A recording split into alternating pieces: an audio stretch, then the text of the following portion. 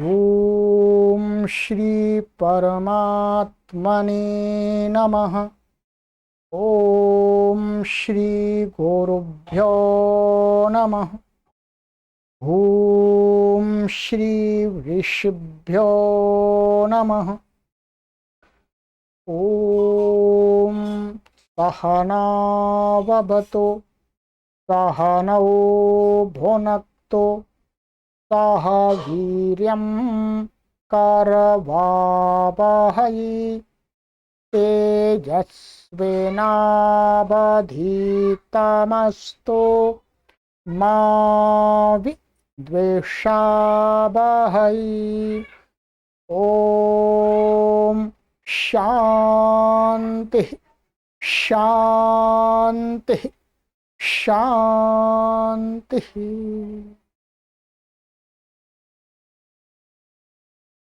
सर्वेभ्यो नमः। देववाणी संस्कृतं यूट्यूब चलदृश्यं प्रति भवतां भवतीनां च हार्दं स्वागतम्। मित्रों, प्रारंभिक रचनानुवाद कौमुदी न्यू कोर्स की कक्षा संख्या षष्ट्युत्तर शततमी 166वीं कक्षा को आज पढ़ेंगे। ठीक है, 166वीं कक्षा को पढ़ेंगे। अभी तक हमने आपको 165 कक्षाएं पढ़ा दी हैं। एक प्लेलिस्ट कॉलम बना दिया गया है प्रारंभिक रचनानुवाद कौमुदी न्यू कोर्स नाम का। ठीक है, तो उसमें आपको सभी कक्षाएं क्रम से प्राप्त हो जाएंगी। कोई भी पाठक आराम से पढ़ सकते हैं। ये निःशुल्क अभियान है। प्लेलिस्ट में जाइएगा प्रारंभ, और यदि आप शून्य स्तर से 0 लेवल से शुद्ध संस्कृत संभाषण और लेखन सीखना चाहते हैं और पढ़ करके समझना सीखना चाहते हैं, तो आपको क्या करना है, आपको इस प्लेलिस्ट में बनाए हुए कॉलम पर क्लिक करना है और क्लिक करते ही सभी कक्षाएं क्रमानुसार आपके सामने प्रस्तुत हो जाएंगी। अपने समय की अनुकूलता से जब आपको समय मिलता है, दिन में, रात में, दोपहर में, शाम को, सुबह, चलते फिरते घूमते हुए, तब आप इन कक्षाओं को पढ़ें और संस्कृत भाषा को सीखें। आयु का कोई बंधन नहीं।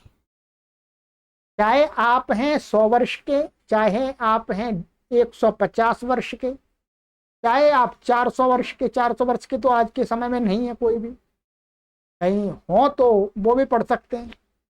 चाहे आप हैं 12 वर्ष के, 12 वर्ष से लेकर के आगे कितनी भी आयु आपकी हो गई है, कोई भी स्त्री पुरुष बालक बालिका युवक युवती शून्य स्तर से इस कोर्स के माध्यम से अपने घर पर ही बैठे बैठे ऑनलाइन निःशुल्क संस्कृत भाषा को सीख सकते हैं। ठीक है, और अधिक जानकारी चाहिए तो आप व्हाट्सएप नंबरों पर संपर्क कर लीजिए। पढ़ना आरंभ करते हैं मित्रों। ये समास का हमारा चल रहा था, तो गत कक्षा में हमने आपको बहुव्रीहि समास, क्या बहुव्रीहि समास आपको कुछ पढ़ाया था।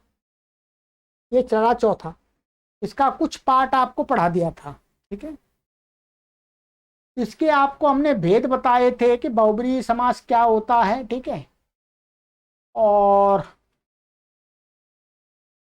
इसके भेद बता दिए थे 3। एक पहला समानाधिकरण बहुव्रीहि, और दूसरा सहार्थक बहुव्रीहि, और तीसरा व्यधिकरण बहुव्रीहि। ठीक है,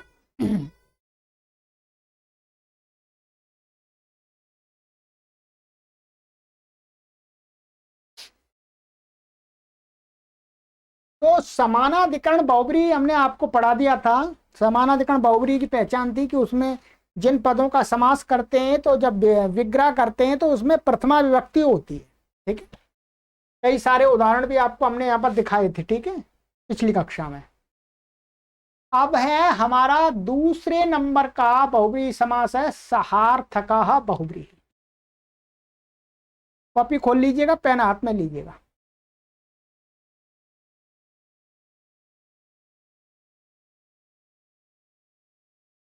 लिखिएगा।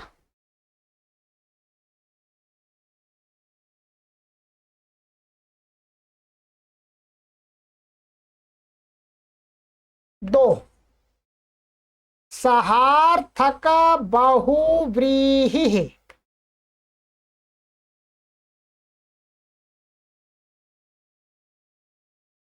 सार्थक सहार्थक बहुव्रीहि क्या होता है, इसकी परिभाषा लिखिएगा। साथ अर्थ को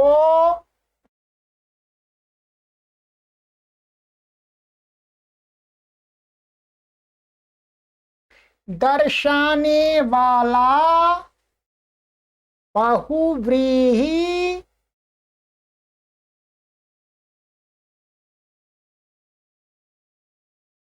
सहार्थक बहुव्रीहि कहलाता है।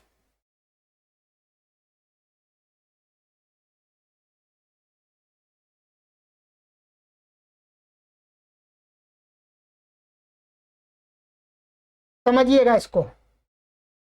सहार्थक बहुब्रीहि की पहचान क्या है? सहार्थक बहुब्रीहि समास वो होता है जब हम इसका अर्थ करते हैं तो उसमें साथ अर्थ प्रकट होता है। साथ, कोई किसी के साथ, ऐसा भाव निकल के आता है। ठीक है, लिखिए जैसे। अब समझ लीजिएगा, जैसे आगे उदाहरण दे के बाद में लिख लीजिएगा, आराम से मैं बता देता हूं। पुत्रेण सहितः सपुत्रः पिता।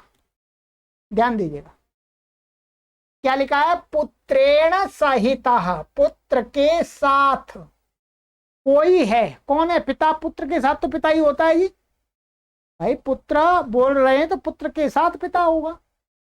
तो पुत्रेण सहितः सपुत्रः पिता। पिता, पिता को कहा जा रहा है, या पुत्र को नहीं कहा जा रहा।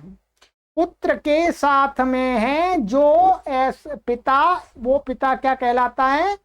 सपुत्रः पिता। तो यहां पर क्या है? साथ के अर्थ में स का प्रयोग होता है समास में। माने साथ के अर्थ को बताने के लिए समास में क्या हो जाता है?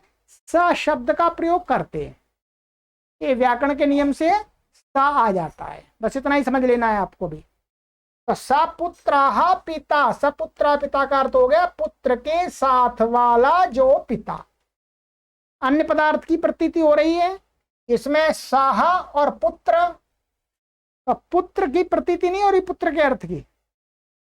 पुत्र के साथ में जो पिता, उस पिता को कहा जा रहा है। तो ये पुत्र पिता का विशेषण बना है, सपुत्रः पिता। ठीक है। अग्रजेन सहितः साग्रजः अनुजः। देखिए, अग्रजेन माने बड़े भाई के साथ में जो छोटा भाई, बड़े भाई के साथ में जो छोटा भाई है, उस छोटे भाई को क्या कहा जाता है? साग्रजः अनुजः। ठीक है, ये अनुजा का विशेषण बन गया। अनुज कैसा? अनुज माने छोटा भाई कैसा? उसके साथ में बड़ा भाई है। तो यहाँ पर अग्रज और सा और यहाँ का सवर्ण की संधि हो जाती है, साग्रजा बन जाता है। ठीक है, अनुजेन सहिता सानुजा अग्रजा। देखिएगा, अनुजेन सहिता, सहिता माने स्त्री है, कोई छोटी बहन है, अनुजा, अनुजा माने छोटी बहन। तो अनुजेन नहीं, बड़ी बहन, बड़ी बहन आएगी क्योंकि छोटी बहन के साथ में है। छोटी बहन के साथ में बड़ी बहन को क्या हो, तो उसको क्या कहा जाता है? सानुजा।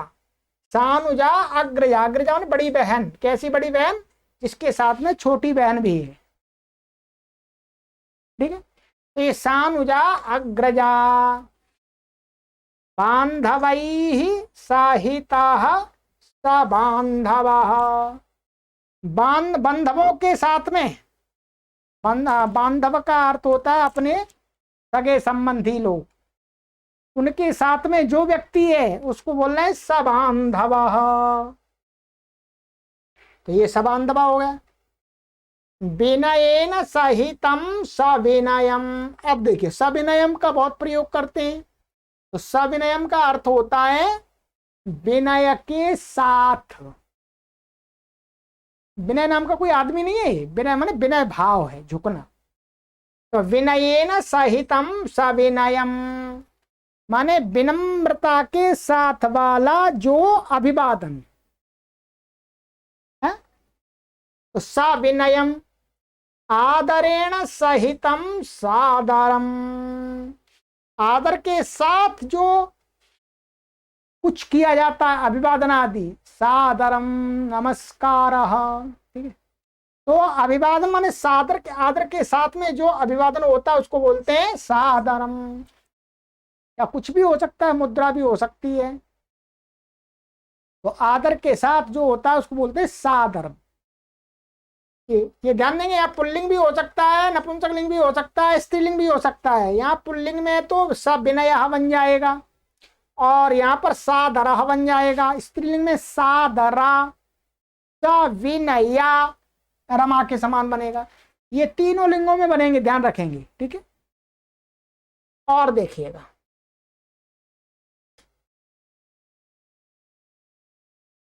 अनुजेन साहितम अनुरोधेन, अनुजेन नहीं, अनुरोधेन सहितम सानुरोधम, अनुरोध के साथ। ठीक है। तो अनुरोधेन सहितम सानुरोधम ये हो गया। चलिएगा और देखिए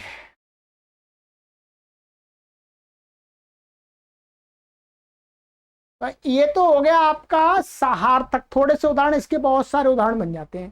तो जिसमें साथ अर्थ प्रकट हो रहा हो और अन्य पदार्थ की प्रतीति हो रही हो, तो ऐसे समस्त पद को क्या बोलते हैं? बहुव्रीहि समास। अब आ जाइएगा इस बहुव्रीहि समास का अंतिम भेद, व्यधिकरण।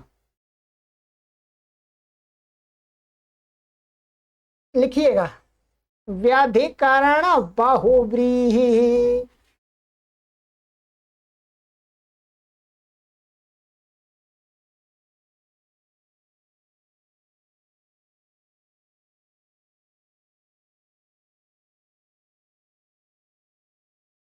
जिस बहुव्रीहि के विग्रह पदों में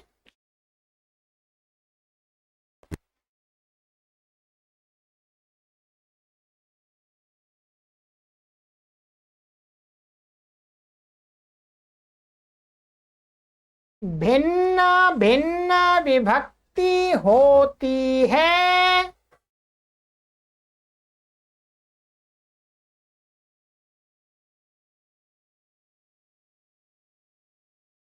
वह वह व्यधिकरण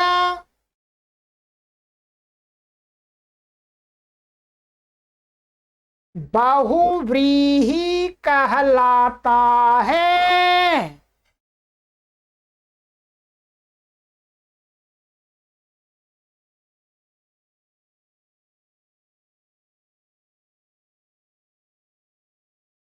आगे अब इसको समझ लीजिएगा।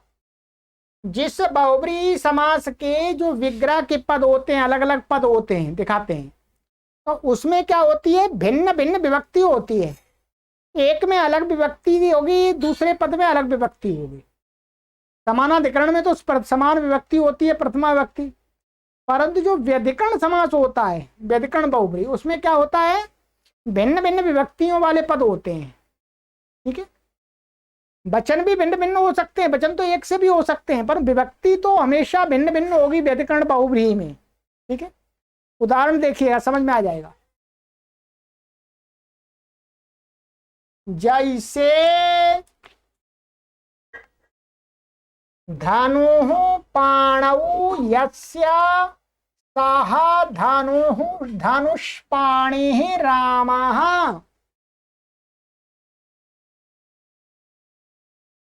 अब देखिएगा, धनुः धनुष ये प्रथमा व्यक्ति एक वचनांत है। पाणौ पाणौ पाणी पाणी माने हाथ, सप्तमी बनेगा पाणौ माने धनुष है हाथ में। यस्य माने जिसके, उसके, सह माने वह व्यक्ति क्या कहलाता? धनुष्पाणी ही राम। या राम को कहने के लिए बताया जा रहा है। राम कैसे हैं? उनके हाथ में धनुष है। अब देखिएगा, धनुष्पाणी ही ये राम को कह रहा है, धनु को भी नहीं कह, धनुष को नहीं कह रहा, हाथ को नहीं कह रहा, किसको कह रहा? राम को। अन्य पदार्थ हो गया। और विभक्ति गई विग्रह पद में, इसमें प्रथमाएं एक और ये सप्तमी एक, अलग अलग विभक्तियां हैं, इसलिए ये क्या हो गया? व्यधिकरण। यस्यायम, येन, यस्मै, यस्मात्, यस्मिन्, ये सब कुछ लगेगा समानाधिकरण के समान बाद में प्रयोग करने के लिए। चक्रम पाणौ यस्य सः चक्रपाणिः कृष्णः, हाथ में है चक्र जिसके, वो ऐसे कृष्ण क्या कहलाते हैं? चक्रपाणिः। अब यहां पर भी ये एक वचन है, प्रथमा विभक्ति है, ये सप्तमी विभक्ति एक वचन है, अलग अलग विभक्ति हो गई, इसलिए व्यधिकरण बहुब्रीहि है। अन्य पदार्थ तो रहेगा। कंठे कालः यस्य सः कंठे कालः, कंठ में काल है माने मृत्यु, जिसकी माने मरने वाला व्यक्ति है, जो अब कंठ में आ गए प्राण उसके निकलने वाले हैं। तो कंठे कालः यस्य, काल मृत्यु, यस्य सः कंठे कालः मनुष्यः, मरने वाला मनुष्य, जल्दी मरने वाला है अभी। आप देख, कंठे में सप्तमी है, काला में प्रथमा है, भिन्न भिन्न विभक्ति है, इसलिए ये कैसा समास हो जाएगा? तो कैसा समास होगा? व्यधिकरण बहुब्रीहि। इस प्रकार के हजारों पद आपको संस्कृत आगे पढ़ेंगे, साहित्य तो उसमें मिलेंगे, अभ्यास वही होगा। अभी तो केवल नमूना दिखा रहे हैं, 100 पीस। चलिए, अब 3 तो ये भेद होगा इसके। एक इसमें चौथे प्रकार का बहुब्रीहि और होता है, जैसे तत्पुरुष हमने बताया था निषेध अर्थ में, निषेध अर्थ में एक नई तत्पुरुष बताया था, वैसे ही एक नई बहुब्रीहि भी होता है, निषेध अर्थ को बताने वाला बहुब्रीहि भी होता है। तो आइएगा, लिखिएगा इसको भी।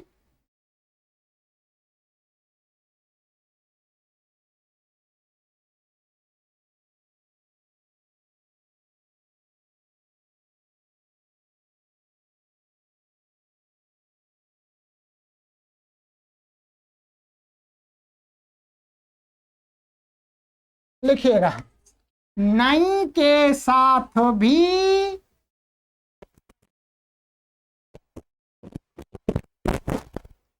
बहुव्रीहि समास होता है।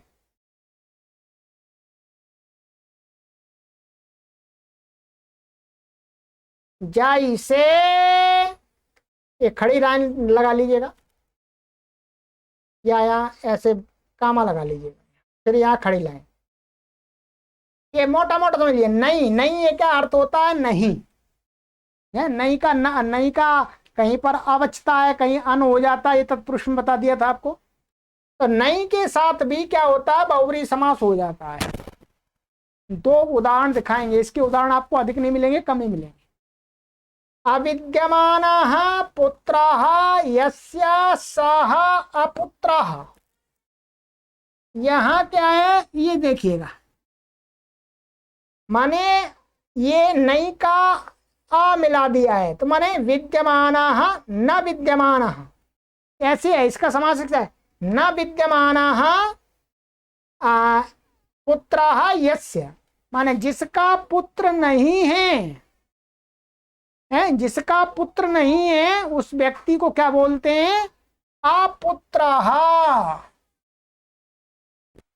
ठीक है, क्या ये जो बोई नियम लग जाएगा कि नहीं? यहां पर हम ऐसा भी कर सकते हैं, ना विद्यमानः पुत्रः, हटा सकते हैं, अथवा या ऐसे भी बोल सकते हैं अविद्यमानः पुत्रः, तो भी वही बात है।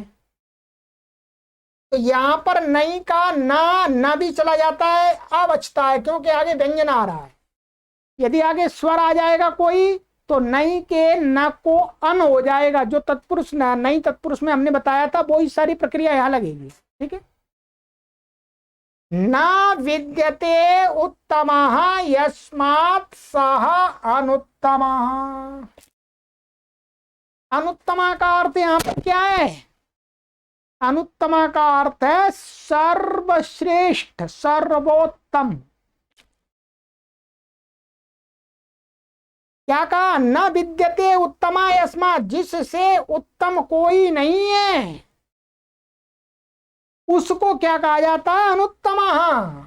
ये आगे उत्तम आ रहा है, ऊ स्वर आ गया, इसलिए नहीं के न को क्या हो जाता? अन हो जाएगा, तो अनुत्तमा। अनुत्तमा का अर्थ है सर्वश्रेष्ठ। आप यदि इस समाज को जानते हैं तो आप इसका अर्थ लगाएंगे सर्वश्रेष्ठ, और आप इस समाज को नहीं जानते हैं तो आप जानते नहीं तत्पुरुष, तो आप कहेंगे अनुत्तमा का अर्थ है घटिया, जो उत्तम नहीं है। ऐसा अर्थ नहीं है इसका, जो उत्तम नहीं है ऐसा नहीं है, जिससे कोई उत्तम नहीं है, माने सर्वोत्तम। गीता में आता है इसका प्रयोग अनुत्तम। हाँ, अनुत्तम माने सर्वश्रेष्ठ अर्थ होता है। और यदि इसको नहीं तत्पुरुष कर देंगे तो उल्टा अर्थ निकल जाएगा, माने घटिया, जो उत्तम नहीं है वो अनुत्तमा हो जाए। दोनों प्रकार से, इसलिए हमें दोनों प्रकार के समास का ज्ञान होना चाहिए। प्रसंग के अनुसार वहां पर बहुब्रीहि लग रहा है अथवा तत्पुरुष लग रहा है, इसका हमें निर्णय करना होता है। ठीक है, चलिए, तो इस कोर्स के अंदर हमें जितना आपको बहुब्रीहि पढ़ाना था उतना बहुब्रीहि हमने आपको पढ़ा दिया। अब आप कहेंगे कि और भी बहुब्रीहि है? हाँ है।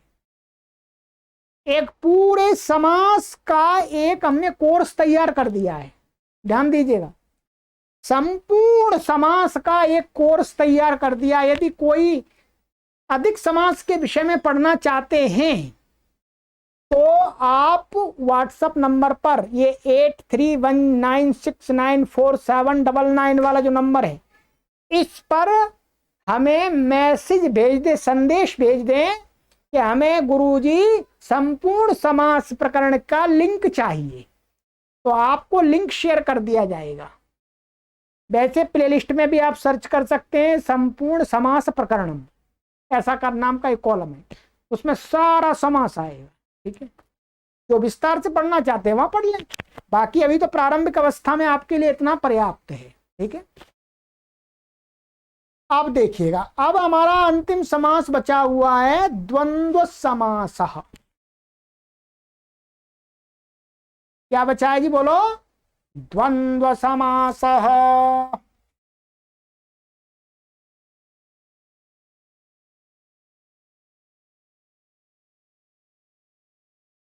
चलिए,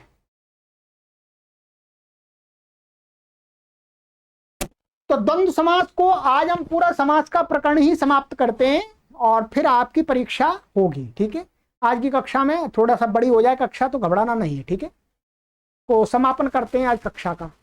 166 166 माने 166वीं कक्षा पर समापन हो जाएगा, फिर परीक्षा होगी अब। ठीक है, चलिएगा, लिखिएगा, द्वंद्व समासः, पांचवा समास है ये।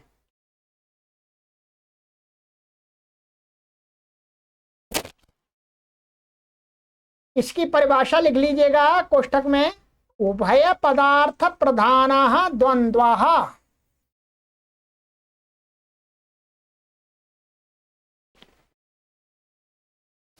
द्वंद्व की परिभाषा है उभय। उभय का अर्थ है यहां पर सभी, सभी पदों के अर्थ की प्रधानता जिस समास में होती है वो समास क्या कहलाता है? बोलो। द्वंद्वाहा, द्वंद्व समास। ठीक है जी। परेशानी तो नहीं है कोई? कोई परेशानी नहीं। क्या परेशानी होगी?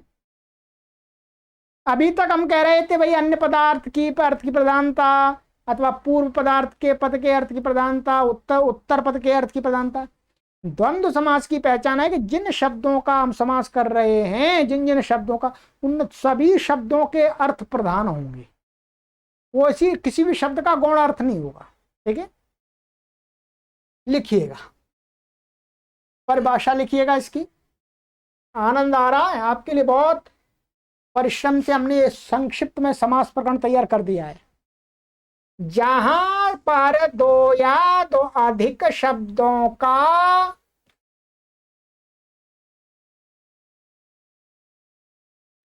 इस प्रकार समास हो कि उस समय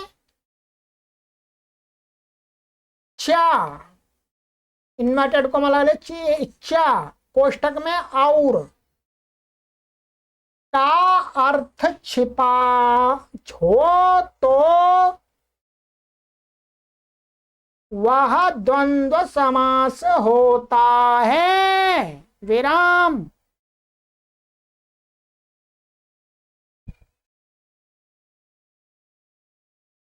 द्वंद्व समास में सभी पदों का अर्थ प्रधान होता है। विराम।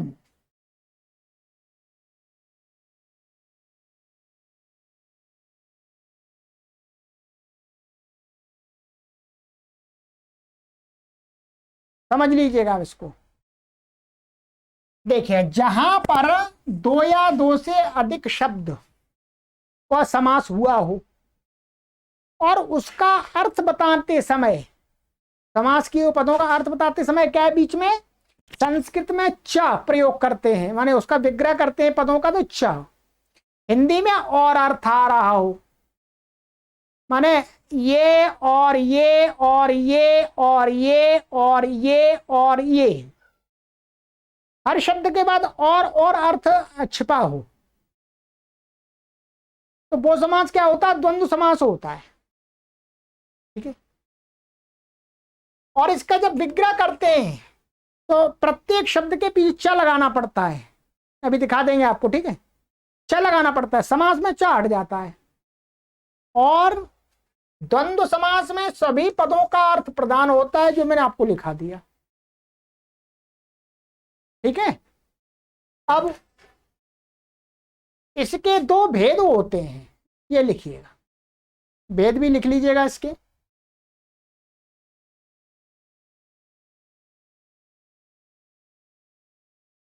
यहां से द्वंद्व समास साधारणतया दो प्रकार का होता है।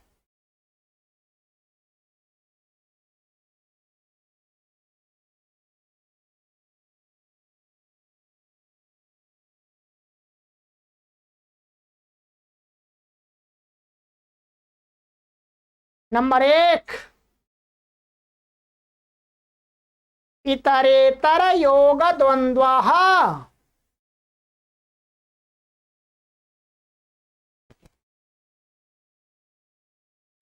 नंबर दो, समाहार द्वंद्व।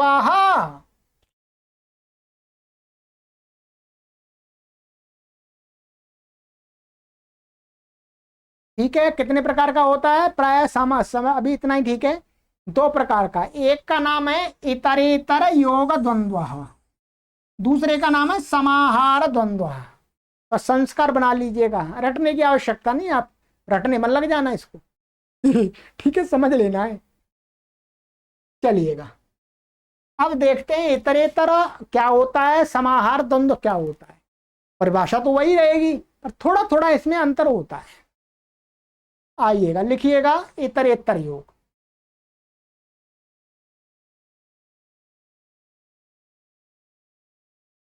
इतरेतर योग द्वंद्व, जहां पर, या लाइन खींच लीजिए, बीच में और का अर्थ होता है, और को इन्वर्टेड कर लीजिएगा, तथा शब्दों की संख्या के अनुसार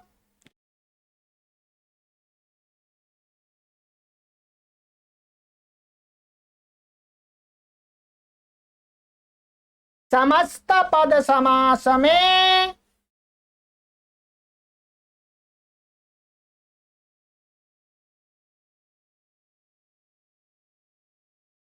वचन होता है।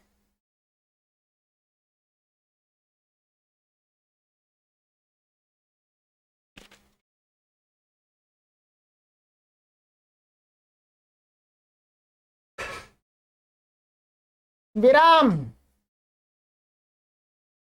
विग्रह करने पर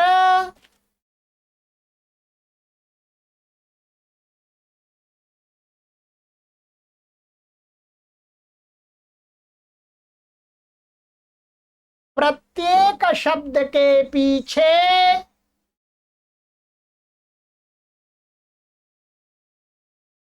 च का प्रयोग किया जाता है।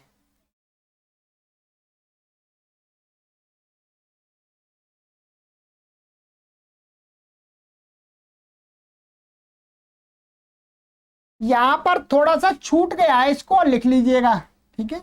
ये यहां पर थोड़ा सा एक वाक्य छूट गया है, ये के अनुसार समस्त पद समास में वचन होता है, और यहाँ थोड़ा सा और लिखना है बीच में। ये तो लिख लिया आपने, मैं लिखा रहा हूं आपको, नीचे ये पंक्ति लिखी है, ये होता है। तथा लिखिएगा, वही लगा, लाइन लगा करके ये एरो ऐसे लगा लीजिएगा, ठीक है। तथा अंतिम शब्द के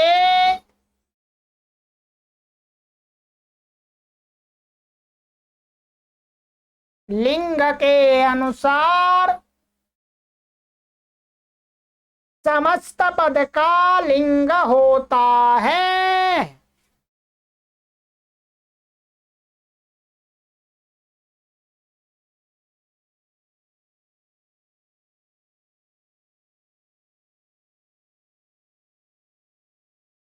अब देखिएगा, समझ लीजिएगा इसको। इतरेतर में क्या होता है कि जहां पर बीच में और का अर्थ होता है, यानी जिस समास में जब हम पदों को अलग अलग रखते हैं तो उसमें और, हिंदी में और, संस्कृत में क्या है, च लग जाएगा। तो शब्दों की संख्या के अनुसार, माने जितने शब्द हैं, दो हैं, दो तो चाहिए कम से कम, 2 3 4 5, तो शब्दों की संख्या के अनुसार समास का वचन होता है। ये 2 शब्द हैं तो द्विवचन होगा, और 2 से अधिक है तो बहुवचन हो जाएगा, और तो कुछ नहीं है, बस दे भी। एक वचन तो यहां हो नहीं सकता, क्योंकि एक शब्द का समास ही नहीं होता। और क्या होता है साथ में, यहां पर हमने आगे लिखा है आपको, जो इसमें अंतिम वाला शब्द होता है, क्या अंतिम वाला शब्द, उस शब्द का जो लिंग होता है, केवल लिंग देखना है। अरे इस समास में जो अंतिम शब्द होता है, उस शब्द का जो लिंग होता है, चाहे स्त्रीलिंग या पुल्लिंग या नपुंसकलिंग, उस वह ही लिंग पूरे समास का माना जाता है। अंतिम शब्द के लिंग के अनुसार समस्त पद का लिंग होता है, ठीक है। अभी देखते हैं, यहां उदाहरण आपको दिया, देखिएगा। जैसे इसको यहां हम ऐसे करते हैं, च जोड़ देते हैं, तो च जोड़ते हैं तो ऐसा बन जाता है रामश्च कृष्णश्च। अथवा आप इसको ऐसे भी बोल सकते हैं, रामः च कृष्णः च, अलग अलग भी बोल सकते, बात वही है। या संधि कर दिया और कुछ नहीं है, विसर्ग को स को श कर दिया है, संधि तो आपको पढ़ाई दी है। तो रामः च कृष्णः च, अथवा रामश्च कृष्णश्च, ऐसे बोल सकते। बराबर राम कृष्ण। अब देखिए दो शब्द हैं, राम और कृष्ण, इसलिए क्या है, राम और कृष्ण द्विवचन हो गया। क्या हो गया, द्विवचन। और जब हम इसको कहें राम राम कृष्ण, राम कृष्ण को जब हम अर्थ करेंगे तो राम और कृष्ण और आगे बीच में आ गया। जब इसका विग्रह दिखाते हैं संस्कृत में, तो जो जिन शब्दों का समास किया है तो प्रत्येक शब्द के साथ विग्रह में च लगाना पड़ता है पीछे, जैसे राम च कृष्ण च। ये एक प्रक्रिया है व्याकरण की, ठीक है। परंतु जब समास करते हैं तो च हट जाता है, ठीक है। अब ये अंतिम शब्द कैसा, पुल्लिंग है, ये भी पुल्लिंग है, ये भी पुल्लिंग है, इसलिए इसमें कोई परेशानी नहीं है। तो ये पूरा समस्त पद कैसा बन गया, पुल्लिंग, और दो है तो द्विवचन, ठीक है।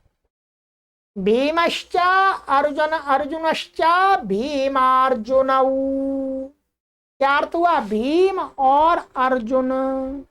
ऐसे यहां पर कर सकते हैं, भीमा च अर्जुन च भीमार्जुन। देखिए पत्रम च फलम पुष्पम च फलम च, अब तीन आ गए, चार पांच छह कितने भी हो सकते हैं, पत्र पुष्प फलानी।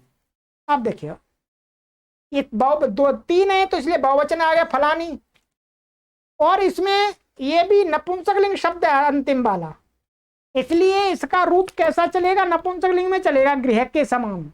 फलानी हो गया, पत्र पुष्प फलानी, माने पत्ते फूल और फल, ठीक है। और का अर्थ आ रहा है च हर शब्द के पीछे लग रहा है, देख रहे हैं आप। और देखिएगा, दिखा देते हैं।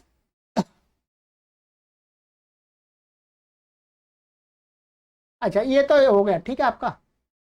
अब है आपका समाहार द्वंद्व, ठीक है। अभी इतना ही काफी है आपके लिए। अब है समाहार द्वंद्व, समाहार द्वंद्व लिख लीजिएगा।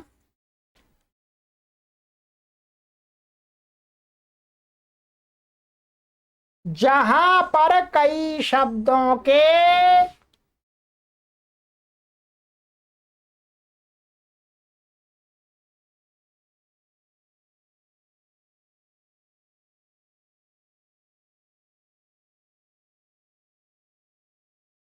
समाहार समूह का बोध होता है,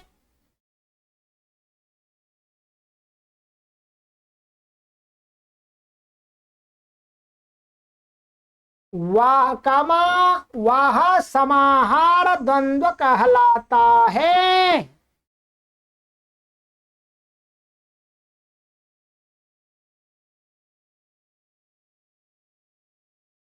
विराम,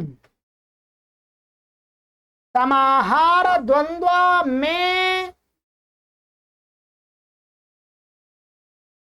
प्रायः नपुंसकलिंग एक वचन होता है।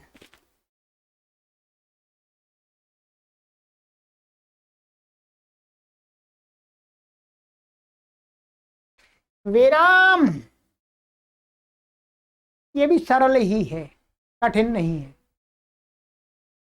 क्या कहते हैं, समाहार द्वंद्व समास क्या कौन सा होता है, जहां पर कई शब्दों का समास करते हैं, सभी शब्दों के अर्थ की प्रधानता होती है, परंतु क्या होता है, सभी शब्दों के अर्थ का समूह रूप में बोध होता है। क्या, समूह रूप में, अलग अलग रूप में नहीं होता। जैसे राम अलग, क्या राम कृष्ण, राम और कृष्ण। समाहार में क्या होता है, समूह का बोध होता है, उदाहरण में आपको आएगा भी।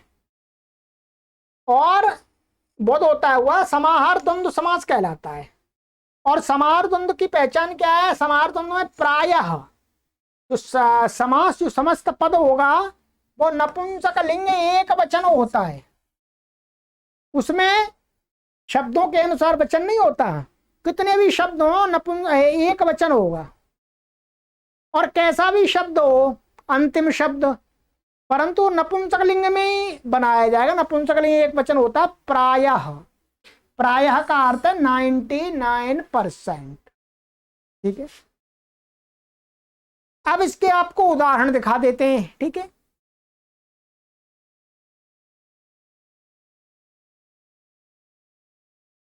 उदाहरण इसके जैसे देखिएगा,